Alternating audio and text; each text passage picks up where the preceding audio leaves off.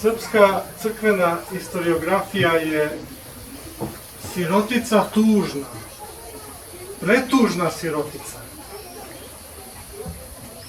Apsolutno ne želim sada da vas podsjećam kroz vjekove. Šta mi imamo od Svetog Oca našeg Save, šta imamo pre Svetog Oca našeg Save, od pisanih naših istorijskih svjedočanstava vezano za našu duhovnu istoriju, za crkvenu istoriju srpskog naroda. Imamo žitije koje su napisali Stevan Provečani, Sveti Sava, starca Simeona Nemanje. Imamo živote kraljeva i arhijepiskopa srpskih koje je napisao Danilo II, njegovi ostavljači, i još poneku knjižicu iz srednjeg vijeka. Posle idu teški i preteški vjekovi turske okupacije i razaranja i stradanja. I onda dolazi 18. vijek, 19. vijek, borbe za oslobođenje i za ujedinjenje našega naroda. I dolazi 20. vijek. I to što je bilo i kako je bilo, odneli su nam dva, i evo i ovaj treći, na kraju 20. vijeka, ratovi, prvi svjetski rat, drugi svjetski rat.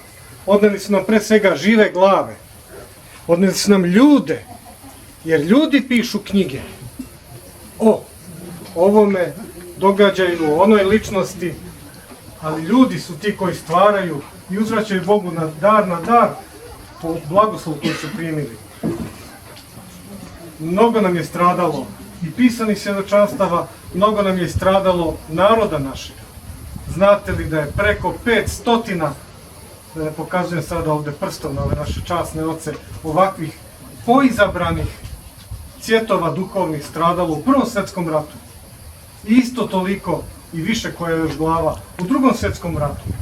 U onoj Hristovoj reči, vi ste so zemlje, časni oci. Poučen takvim tragičnim iskustvom, ono što je meni Bog dao života i snage i blagoslova preko našega mitropolita da se pozabavim našom crkvenom istorijom, ja sam na tom, evo, osmovjekovnom duhovnom temelju ove godine, vi znate, mi slavimo 8 vjekova srpske crkvene samostalnosti, pa rekoh vam, kad gledamo tih 8 vjekova i trebimo i presabiramo, malo toga nam je preživelo, tolika stradanja i razaranja. Dakle, sa tehničkim sredstvima koje nama savremeno doba daje, spomenuje otac malo pre i ova komunikacijska sredstva, potrudili smo se da obnovimo i da ostavimo nekakvog traga i spomena o jednome Božjem čovjeku.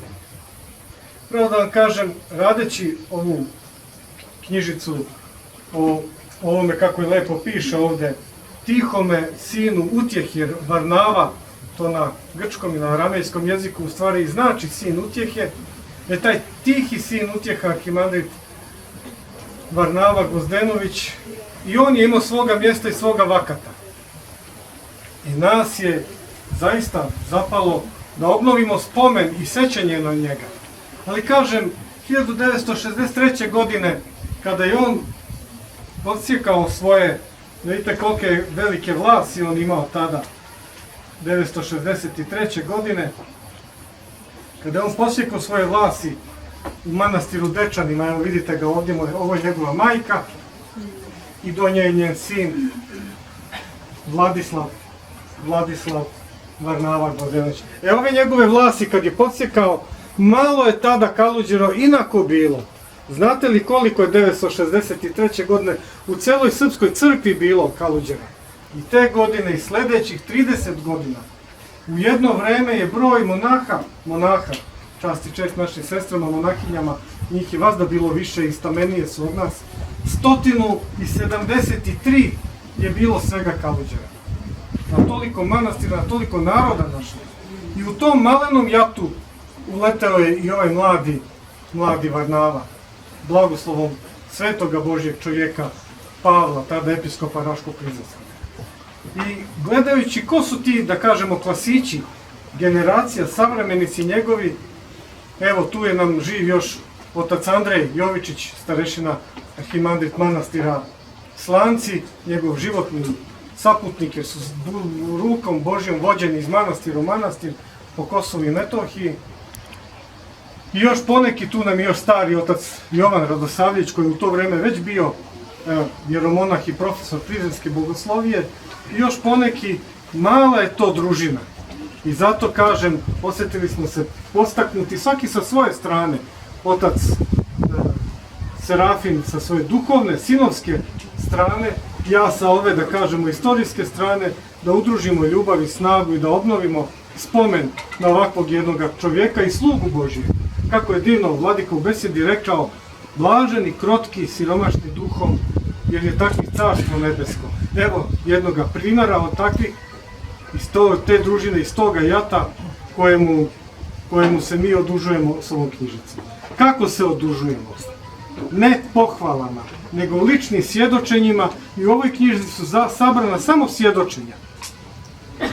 Kada sam negde počeo da učim istoriju, bio je tada jedan stari, baš tu sa severnog kraja Crne Gore, profesor Ljubomir Durković-Jakšić, znamenit jedan crnogorski istoričar crkve srpske, pa kaže, momče, ti sad počinješ da učiš, ali znaj, jedna slika ti govori više od 1000 reči. I vođen tom njegovom rečju, ja sam zato, vidite, i sabrali smo ovde, zar nije ovo divno videti, kad već imamo tehničke mogućnosti, originalna pisma koja mu je pisao, poučne reči koje mu je kao mladome iskušeniku, vojniku, pa i pre vojske, i u toku vojske, i poslije vojske, pisao patrijarh Pavle. Iako su on jedno vreme i stanovao u episkopiji, ono vreme kada je učio bogosloviju, ali to blago duhovno koje njemu lično bilo upućeno, zar nije ovo predivno da je sada opšte blago, da možemo i mi da se nadahnjujemo tim poukama, i to čitajući i sami autentični rukopis patrijarha našega Pavla ili oca našega Justina Ćelijskog. Vidjet ćete, evo, gledajte predivno pismo oca Justina Vladislavu u vojsku, u Koprivnicu, negdje gdje je bio, kako mu je pisao i kakve pouke mu je davao. A to je opšte blago i zato smo se potrudili, zato ponavljam reči zahvalnosti i ocu Serafimu koji mi je stavio ovu omču zavrat, ali i ocu našemu Makarju koji je sa obe ruke svoje i srcem svojim blagoslovio i odobrio, i što je najvažnije, sve ovo što i vidite, on je bez zadrške dao na uvid da smo mogli da presnimimo i da saberemo u ovo. I sačuvao svakako, i pa zato si mogli da nam dadneš na uvid i da to postane opšte dobro. I onda šta gledamo još? Gledamo, kako se kaže, tamo jedna stara latinska izreka sic transit gloria mundi, vidite lik i ličnu kartu oca Varnave kao momka iz 54. godine, kad je počeo svoj monaški podvig kao iskušenik, i vidite tu negde iz ovih poslednjih dana, samo kao primer života koji je posvećen Bogu.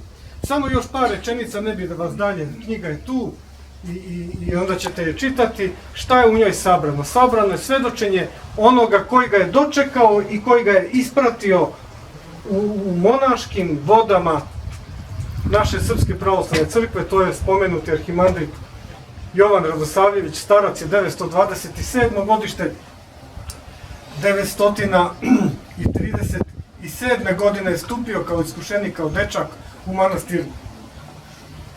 manastir Žiču, eno ga još je živ i krepak u manastiru Rača.